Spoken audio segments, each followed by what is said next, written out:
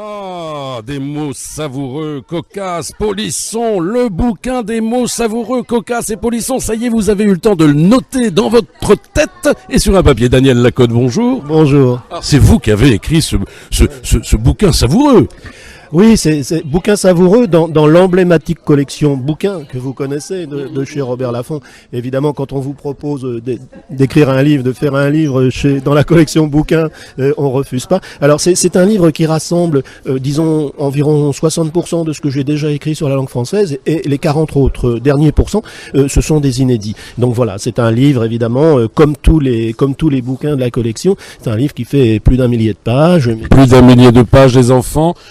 Je vous conseille de ne pas le lire dans la nuit parce que vous retiendrez rien. C'est très facile à lire parce que ce sont évidemment des petites notules. Et ben voilà. Sur les mots savoureux, cocasse ou polisson. Voilà. Tiens, regardez. Vous savez que moi, le hasard et moi, on n'est pas copains. Ah ben regardez. Bourreau, un bourreau des cœurs, séducteur, sans scrupules, à la fois charmeur, enjôleur et ensorceleur, sorte de Don Juan ou de playboy qui ne pense qu'à comptabiliser le nombre de ses conquêtes féminines. Vous voyez, hein, c'est un exemple, ça. C'est un exemple parmi tant d'autres. Alors, avec chaque fois, bien sûr, l'étymologie, c'est-à-dire l'origine du mot, avec des exemples, et surtout, bon, ce qui fait un peu ma spécificité dans ce domaine de la langue française, c'est que je travaille sur la jubilation du langage, c'est-à-dire sur le langage truculent, jubilatoire. Donc j'ai fait de nombreux livres sur le sujet, sur les proverbes truculents, Quand on vous dit que c'est savoureux, hein. Sur les mots truculents, sur... Hein, dites-moi, il y a les papilles là qui commencent à bouger. Et d'ailleurs, par exemple, des mots comme fadesse, sornette sont évidemment carabistouille dans le livre. La carabistouille, vous vous rendez compte? Alors là, en plus, en société, vous allez paraître savant. Parce que les gens qui lisent ça, ils apprennent quelque chose, et puis après, tiens, ils vont sortir une petite anecdote. Alors ça, vous avez raison, hein, vous avez raison. C'est vraiment vrai. Beaucoup de gens me l'ont dit, beaucoup de lecteurs me l'ont dit. C'est pas pour briller, mais c'est parce que. C'est agréable, non pas de briller, mais de savoir quelque chose. Vous voyez, ici, je suis là depuis 2-3 jours. Alors il y a beaucoup. Attendez. Depuis 2-3 jours, oui, c'est vrai. Je vous rencontre presque tous les jours. Hein, c'est vrai. Alors, dites-moi, Daniel, vous avez entendu parler de ce festival ou comment ça s'est passé?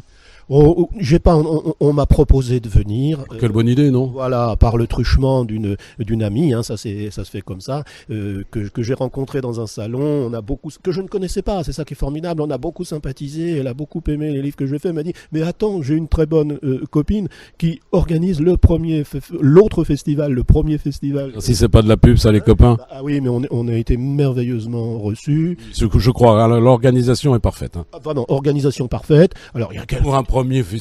Il y a quelques petits trucs, il y a énormément de conférences, alors il y en a même de trop. Alors voilà, parce que parfois il y a des conférences en même temps, quoi. Alors si les gens veulent aller, il faut qu'ils choisissent, vous voyez ce que je veux dire. Mais c'est pas grave, ils vont prendre l'habitude, ils vont venir tous les ans maintenant, vous vous rendez compte? Voilà. On va arranger ça. Voilà, on va créer une amicale. On va créer une amicale.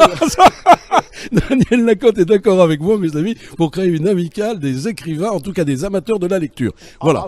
Absolument. Parce que voilà, moi je ne suis que là pour savourer les mots que vous écrivez. Pour transmettre, c'est formidable, parce que j'ai aussi été journaliste par le passé, et c'est un travail de médiateur que nous faisons, et c'est très très important. Il faut le faire avec jubilation. Bien sûr, alors un mot, Daniel Lacote, sur métaphore, je vous aime, le dico des belles images. Oui, alors là c'est un livre consacré uniquement aux métaphores. Donc les métaphores, ce sont des expressions imagées, hein, comme vous le savez, très très fortes. Bon, poser un lapin, par exemple, ça on peut... Oh là. Vous vous rendez compte? Alors attendez, on fait comme d'habitude, Daniel? Oui. On va au hasard? Allez, hop. Ah ben alors là, je tombe sur quoi? Avoir les foies. Avoir les foies. Alors je vous rappelle que avoir les foies, c'est F-O-I-E-S. Hein, alors est-ce que ça correspond à un organe? Oui, ça correspond au foie. Et alors je vous explique très rapidement, parce que à l'époque, on pensait que le foie était la machine sanguine du corps humain. Pensez pas au cœur, c'est ça? Pensez pas au cœur. Et on a donc découvert très tard, c'est William Harvey qui a découvert que au 18e... Comment va-t-il? 18e. Va-t-il maintenant alors? Non mais regardez, seulement au 18e. J'ai compris, vous vous rendez compte, hein, 18e, attendez les enfants, hein, quand vous dites 18e, c'est 1700 et quelques. Voilà. Hein, bon. Et avant, on pensait que c'était le foie qui était la machine du sang. Donc, quand vous avez peur, vous êtes blanc. Le foie est la machine du sang. Ça veut dire que le sang s'est retiré du foie. Et les foies blancs. Avoir les foies blancs, vous vous rendez compte, les copains? Qui dire avoir peur. Qu'est-ce qu'on devient riche à votre contact, hein? Oui, mais... Alors, toutes les autres expressions avec le cœur, avoir le cœur sur la main, etc. Comme le cœur, on ne savait pas que c'était la machine sanguine. Eh bien, le cœur était le siège de la séduction, de l'affection, de l'amour. L'amour. Et c'est resté vrai aujourd'hui, même si on sait que le foie... Voilà. Alors, vous voyez, vous allez tomber de votre piédestal, mes chers enfants, hein, voyez. Mais enfin, on peut continuer avec cette histoire de cœur, finalement, ça fait du bien, hein. Oui, ça fait du bien. Je crois qu'on a fait le tour, mon cher Daniel. Donc, eh bien, je vous souhaite un franc succès. Qu'est-ce qu'on peut faire d'autre? Franc succès au festival. Aussi, mais les livres sur la langue française, vous savez. C'est riche, hein. C'est riche et ça marche. Voilà. Alors là, dire que ça marche toujours, mais enfin.